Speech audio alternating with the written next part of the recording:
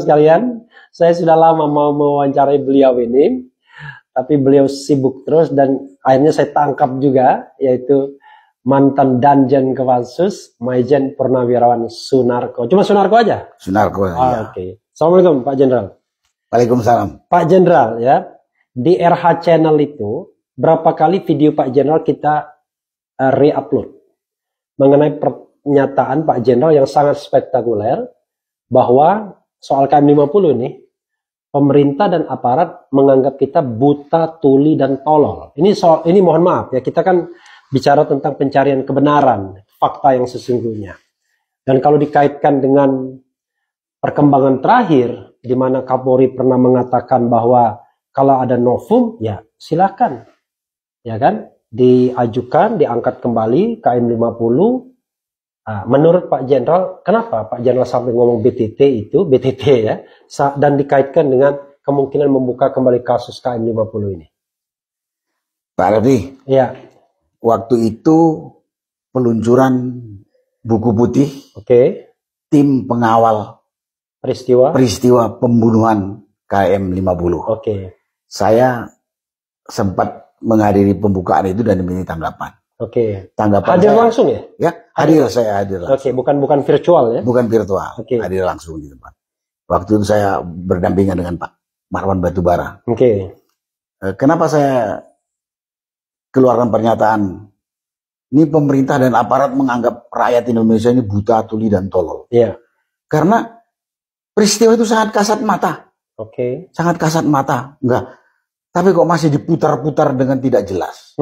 Dan itu bisa dibuktikan dari pernyataan dari Kapolda Metro yang didampingin oleh Pangdamnya.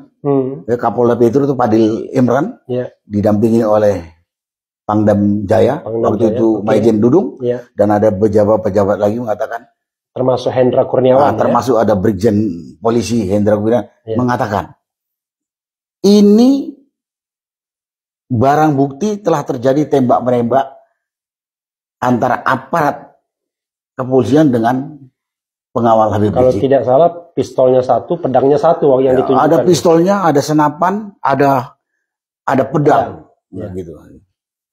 Kita sudah aneh. Apalagi ada revolver. Saya lihat di situ peluru yang ditampilkan ada peluru kaliber 9 mili standarnya TNI. Kan nggak masuk akal. Standar TNI. Dan setelah itu semua pihak dari maksudnya nggak masuk akal tuh peluru sama pistolnya nggak nyambung. Nggak nyambung. Nggak nyambung. Good. Revolver itu kan kaliber 38. Punyanya standarnya polisi. Dengan pelurunya bukan peluru standar 38 itu. Itu kaliber 9 mili saya lihat. Ini mohon maaf nih, mantan Danjen Kopassus. Saya tahu semua jenis peluru yang dipakai oleh aparat. Peluru kecil gitu ya. Nah, kemudian kita kan juga berkomunikasi dengan banyak pihak dari sana, termasuk dari petinggi-petinggi dari yang dulu katanya FPI. Tidak ada itu laskar-laskar atau pengawal atau pendampingnya Habib Rizik yang bersenjata. Di samping itu banyak keganjilan barang bukti. Habis itu terbukti lagi barang bukti ini pernah digunakan pada kasus lain di Jawa Timur. Itu ada isu begitu ya? Ada isu, ada fotonya juga. Ada fotonya juga. Kemudian besoknya berapa hari kemudian keluar pernyataan bahwa yang berbeda dari sebelumnya ya? Yang berbeda bertolak belakang dari sebelumnya. Dari situ kelihatan bahwa aparat berbohong kepada publik. Nah, karena itu keluar pernyataan dan lain-lain dan banyak lagi.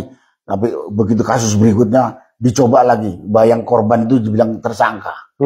Habis itu baru dilakuin lagi bahwa terjadi tembak-menembak di dalam.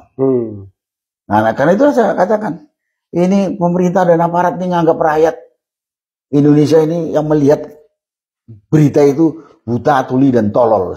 Jadi sebenarnya ini barang kasat mata yang rakyat awam atau biasa pun paham. Tapi seolah-olah kasusnya ini tiba-tiba terlalu dianggap sepele atau gimana kan? Terlalu dianggap sepele mungkin ya. Atau ini kasus biasa tadi. Ini rakyat tak ngerti nih. Gua bohongin paling-paling dia buta dan dia tolol gitu ya. Oke. Nah, Pak Jenderal ya, sekarang kan bukan sekarang sih sebenarnya, ketika kasus Sambo menguak tahun lalu ya, sekitar bulan Agustus gitu, muncul kan omongan dari anggota Komisi 3 pada waktu itu, Desmond Mahesa kalau tidak salah ya, yang tiba-tiba membuka soal kasus KM50. Lalu Kapolri Listio Sigit mengatakan kalau ada novum maka ya silakan laporkan, bisa proses dimulai lagi. Pertanyaan saya sebenarnya masih layak nggak KM50 ini untuk dibuka kembali kasusnya? Kalau mau jujur dan profesional masih sangat layak. Masih sangat layak. Masih layak dan harus kalau menurut saya bagi penegakan hukum dan keadilan. Karena setelah ada rangkaian berikutnya. Rangkaian berikutnya maksudnya? Pertama gini aja, waktu kasus itu saja, ngapain TKP dibersihkan? Nah, kemudian dikatakan bahwa rekaman CCTV pada jam itu rusak. Tapi setelah kasus Sambo ini terbukti ada rekaman-rekaman. Jadi paling tidak ternyata ada juga tim yang ngolah itu ya. Iya betul. Terus setelah kasus Sambo ini juga yang namanya Satgas Sus atau Satgas Merah Putih, daftar namanya itu yang bersebar surat berita, ada orang yang terlibat dalam KM50. Orang yang terlibat. Jadi itu soal bukti. Artinya kita belum tentu juga itu pasti benar, tapi paling tidak didengar, diproses lagi, diselidikin lagi.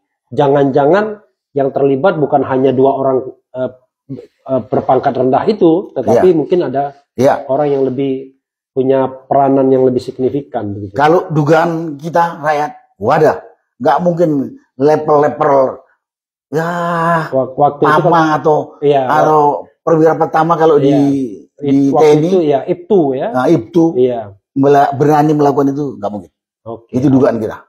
Jadi apalagi ada cerita tentang Land Cruiser hitam. Ada cerita Land Cruiser hitam, ada orang tokoh yang terlibat ini. Dan satu lagi, itu kalau melihat film dokumenternya Tempo ada seorang supir truk yang mengatakan dia melihat dan mengikuti bagaimana tuh diangkat korban itu masih dalam keadaan hidup dibawa oleh mobil polisi, dia ikuti, tapi karena itu mobil dinas ya bisa berbalik arah, yang harusnya tadi dia arah ke arah Kerawang berputar balik ya, si supir truk nggak bisa ngikutin, tapi dia melihat itu masih hidup.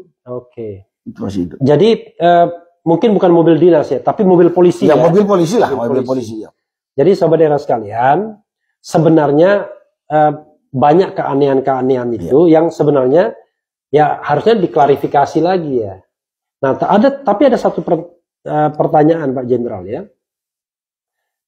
Orang gini, kalau dalam ungkapan yang nggak mungkin jeruk makan jeruk ya, walaupun dalam kasus Sambo jeruk makan jeruk juga kan, kira-kira begitu. Tapi apa iya kemudian kita bisa mengharapkan ada proses penyelidikan dan penyidikan yang independen oleh pihak aparat keamanan sendiri, aparat kepolisian sendiri, kalau seandainya justru mereka ingin sepertinya ya, ingin menutupi kasus itu atau kasus itu tidak usah dibuka lagi begitu. Ini dugaan. Dan analisis saya dan banyak orang. Kalau akan dibentuk tim lagi, kalau isinya hanya dari pihak kepolisian saja, karena kita tahu ini pelakunya juga dari personel kepolisian, tidak mungkin terbuka ini secara transparan dan jujur. Jadi waktu peluncuran buku itu saya katakan, ini pemerintah harus membentuk tim independen yang melibatkan bukan hanya dari kepolisian saja. Karena kalau polisi saja kemungkinannya seperti Pak Refli bilang, itu sama dengan jeruk makan jeruk, nggak mungkin. Tidak mungkin. Jadi harus dilibatkan. Pak Jenderal ya, terakhir ya, sebaiknya ke depan apa yang harus kita lakukan terhadap kasus ini? Apakah kita masih ini mohon maaf ya, apakah kita masih bisa bersandar penyelesaian oleh aparat ya, atau kita berharap ada dari Komnas HAM, Komnas HAM-nya sudah ganti orangnya, atau kita berharap istana juga turun tangan, Atau bagaimana? Karena dalam kasus Sambo